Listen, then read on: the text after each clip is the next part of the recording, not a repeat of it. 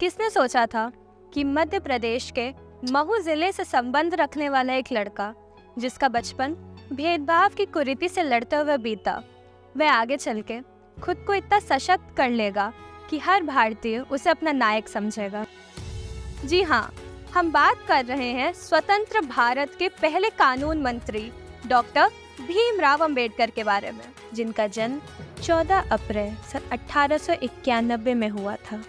इनके पिता Ramji Sakpal British east India company की सेना में सूबेदार के पद पर काम करते थे। लेकिन क्या आप जानते हैं, इनका परिवार महार जाति से संबंध रखता था, जिसे उन दिनों अछूत माना जाता था। शायद यही सबसे बड़ी वजह थी कि आगे चल के बाबा साहब ने असमानता और जातीय भेदभाव के खिलाफ आवाज उठाई।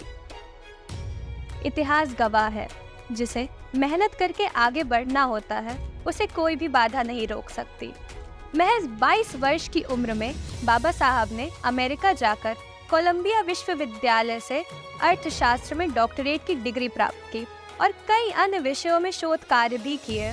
शिक्षा पूरी करने के बाद भी कहीं न कहीं उनका मन सामाजिक और राजनीतिक सहभागिताओं की तरफ झुका रहता था।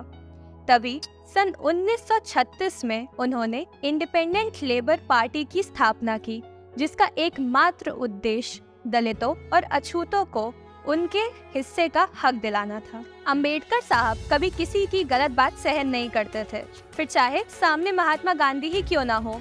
जी हाँ, ये बात है सन 1946 की, जब गांधी जी ने अपने एक भाषण के दौरान अछूत समुदाय के लोगों को हरिजन का नाम दिया था। तब बाबा साहब ने इस बात की आलोचना करते हुए ये आपत्ति जताई थी कि कांग्रेस का ये फैसला गलत है। उनका ये मानना था कि अछूत समुदाय के लोगों को भी बाकी सदस्यों की तरह आम ही समझा जाए और उन्हें वो सारे अधिकार दिए जाए जो एक समाज में रहने वाले आम इंसान को मिलते हैं। बाबा साहब ने हमेशा ही महिलाओं के हक के लिए काम किया है, फिर चाहे वो शिक्षा में समान अधिकार दिलाने का हो या समाज में। शायद ये बहुत कम लोग जानते हैं कि आज कामकाजी महिलाओं को जो 26 हफ्तों की मैटरनिटी लीव मिलती है, उसकी शुरुआत खुद बाबा साहब ने की थी। उन्होंने 10 नवंबर सन 1938 में बॉम्बे लेजिस्लेटिव के सामने महिलाओं के मुद्दों को बहुत ही शानदार तरीके से प्रस्तुत किया था और आखिरकार 10 साल बाद सन 1948 में मातृत्व अवकाश बिल पास हुआ।